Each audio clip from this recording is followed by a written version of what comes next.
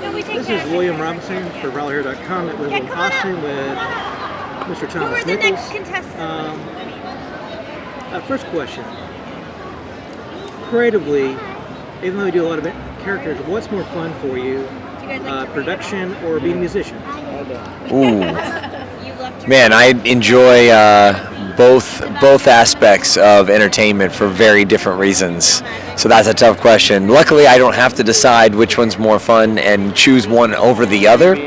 I think music kind of poses a more instant gratification for me because of the live element, meaning that, I can book a show and then go play that show, and it's all live and it happens there, and then it's over. And so you get the response right away. Whereas obviously in production, it's a much longer process. Usually about a year from the time that you start, principal photography until it gets released and you start to see what people think of it.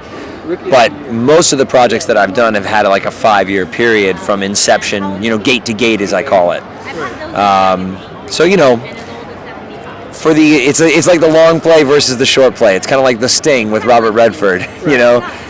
Some music's like picking pockets, and then production is like setting up a false underground illegal horse betting business. I like movies. Well, yeah. Interesting analogy. Next question. A lot of musicians talk about when they do live stuff, they have a catalog ready of other songs. So did you start out that way, playing other songs, or did you always have your own material available? It's funny that you mentioned that because I've been touring now for about 10 years, and for the majority of the touring time, I've done mainly originals. And the joke was when someone was like, "Hey, you want to do a cover together?" I'm like, "I only know about 12, so you're gonna have to pick one that I know."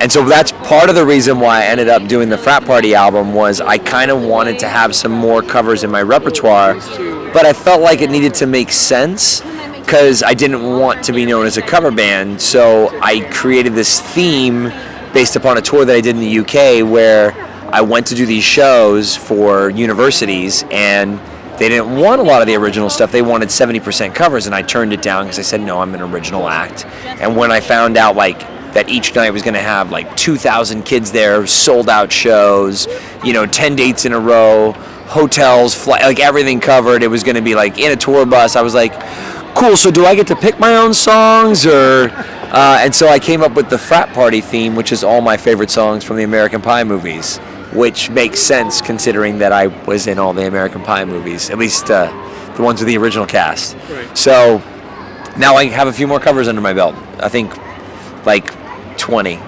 and that's where it stops.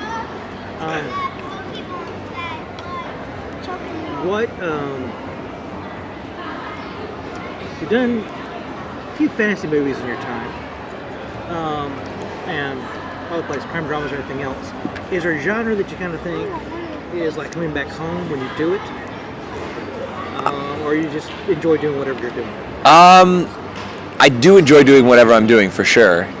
But I would say the sort of the surprise that's coming around the corner, I think, in my career for any, for lack of a better term, I guess for any people that have been watching or care to watch, fans, is that my roots are in drama, and I worked on comedy because that was my weakest link.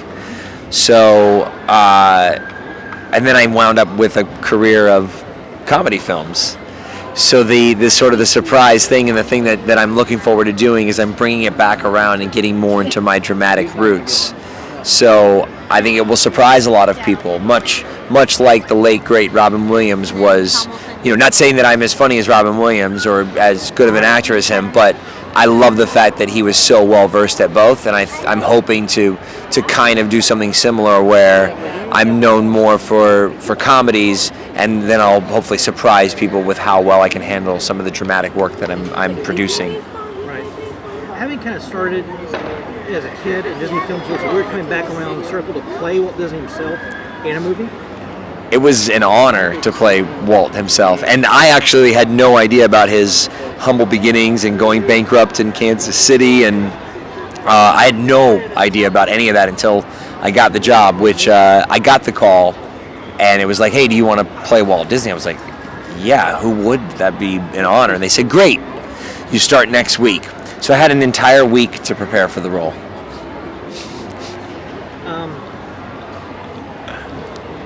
So I understand you're doing a series where you play a bad guy. Which one are we doing? Where's it going to show up at, and Yeah, there's some. how did it come about? Are you kind of playing a little bit what people don't expect from you, which is being a bad guy? Yeah, with a lot of the films that I'm producing and starring in. Do you need to grab something here? They want to see the photos underneath. Okay, go for it. You got Hi, it. everyone.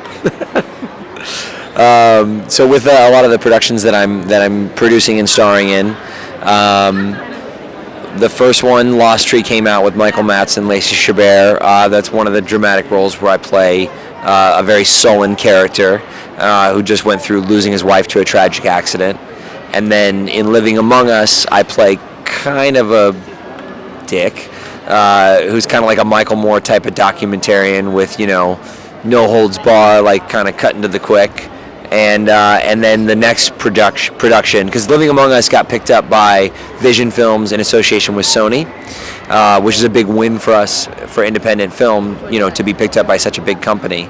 And so the next project is the TV pilot that you're mentioning, which is Strange Ones, where I play the main antagonist, a demon, and I get attached to this girl and I start killing all of her bullies at school, because part of my curse is that I can only kill those who harm the person that I'm attached to.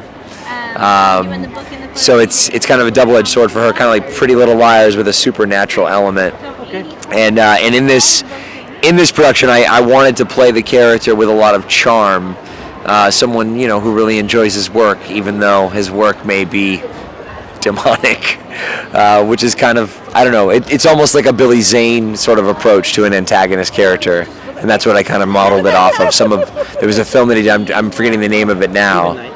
There you go. It was a Where he Crypt Keeper, Tales from the Crypt movie. exactly, where he really he was like a charming antagonist, I thought, but the director kind of pointed that role out to me and wanted me to build something in that vein. That's great. Now, besides the TV series and Living Among Us, what other projects may you be working on? I have a new project called Handbook for Mortals. And don't be confused, it will be a movie next year, even though it's a book today. We've been doing all the Comic-Cons, Wizard Worlds this year, pre-selling and now selling the book. And I've been traveling with my business partner who wrote the book, so people can get autographed copies by the author herself. And it's a story about a young woman who goes to Las Vegas to join a magic show, but it turns out she can do real magic. So it's a fantasy set in modern times, so an urban fantasy, if you will. And we will be making some announcements about the film very soon, I hope.